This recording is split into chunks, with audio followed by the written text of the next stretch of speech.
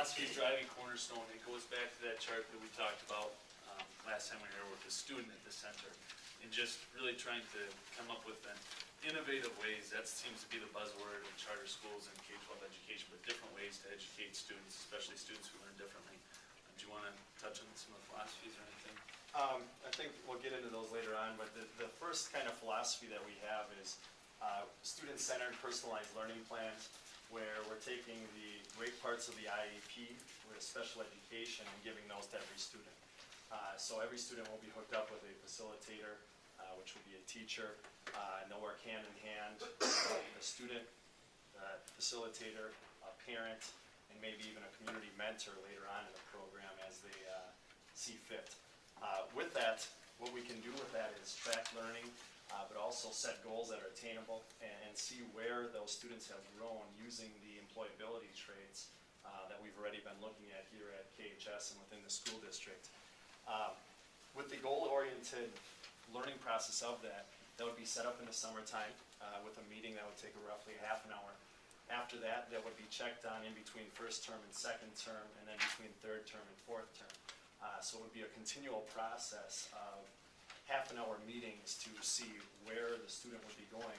And the benefit with the charter school is that student would be with the same group for 5 years in a row, 8th grade through 12th grade. So they're not just getting passed on from one teacher to another teacher, one grade to another grade, and they get lost within the system. For some students, we would have, the best thing about it was we would know everything about them. The worst thing is we know everything about them.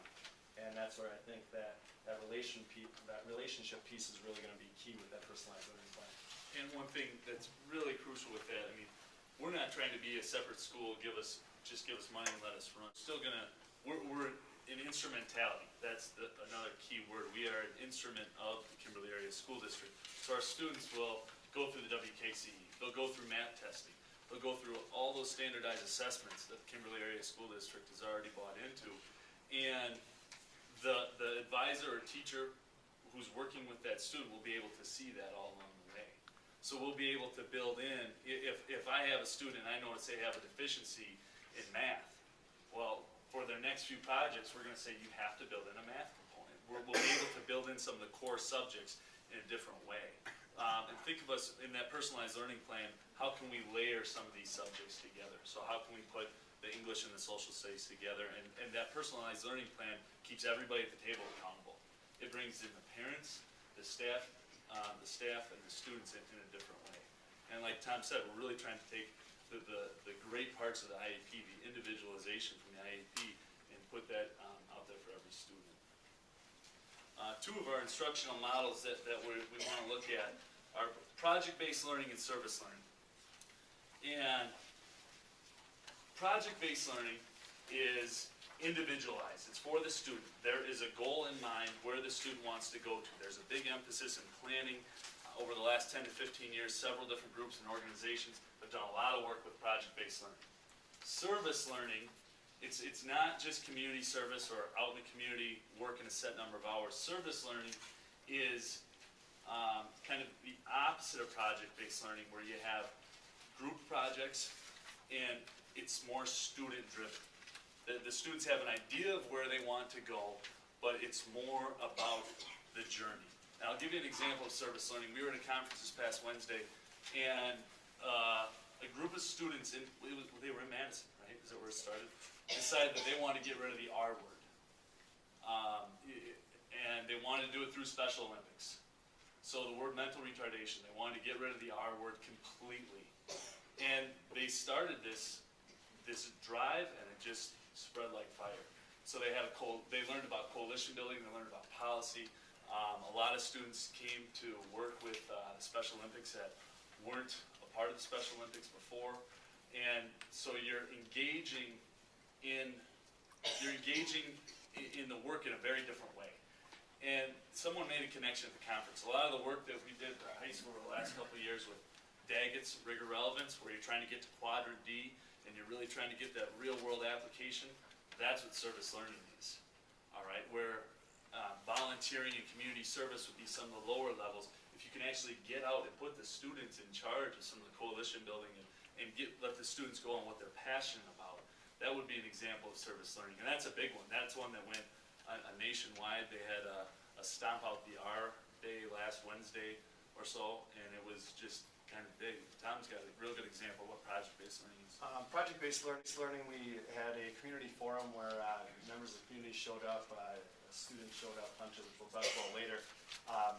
But kind of explained what project-based learning was, where students can look at what they're passionate about, maybe what they want to do in their lives, maybe employment, whatever it might be, and they can do projects that will lead up to it.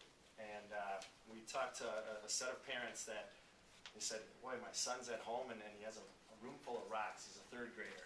And they kind of laughed about it and says, he just doesn't fit in. He's, nobody wants to hang out with him. And they said, okay, that's neat. So what are the rocks about? I said, well, he's really into archaeology and rocks. And he wants to learn all about them. He said, that's great. You could do projects all around that. So what happened was they went home and they actually told their son about it, the third grader, and he was all excited about it. And we got an email about this. This is why I know this.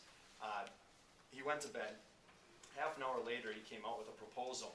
He said, this is my first project, Mom and Dad. And it was about learning about archaeology and the building of how do they uncover all of these different things and unearth them. And he was just excited about it. Now, if we take a look at that, let's say a student does know what they want to do. In 8th grade, they're not going to be out on archaeological digs and be running between people's legs and stuff like that. But instead, they're learning about the process. And maybe they're putting together models and putting together different diagrams of what that might look like. When they get into 11th and 12th grade, they will be out there and actually have hands-on experiences with 21st century mobile tools, maybe a mobile phone or a netbook, and they'll be taking pictures, and they'll actually be taking that and sending it back to us to demonstrate what type of learning is going on. So real hands-on learning with the curriculum, with the learning targets that are all set in place that has been derived from facilitator, student, parent, and now we're getting community involvement or workplace involvement along with it. Next up, let's turn the page here. Our mission: learn, create, inspire. With this, the learning part, this is the traditional schooling, your research-based. You take a look at what are the fundamentals of the projects that we're doing, of the service that we're doing. The creating, it may be a physical creation of a diagram or physical creation of building a tractor. Maybe it's creating a structure that will be implemented within society. The inspire part is actually taking what you have created and inspiring others.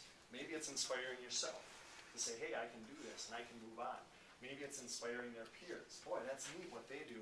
I'd like to do that, but within my own twist. And then inspiring others in the community and getting other people involved.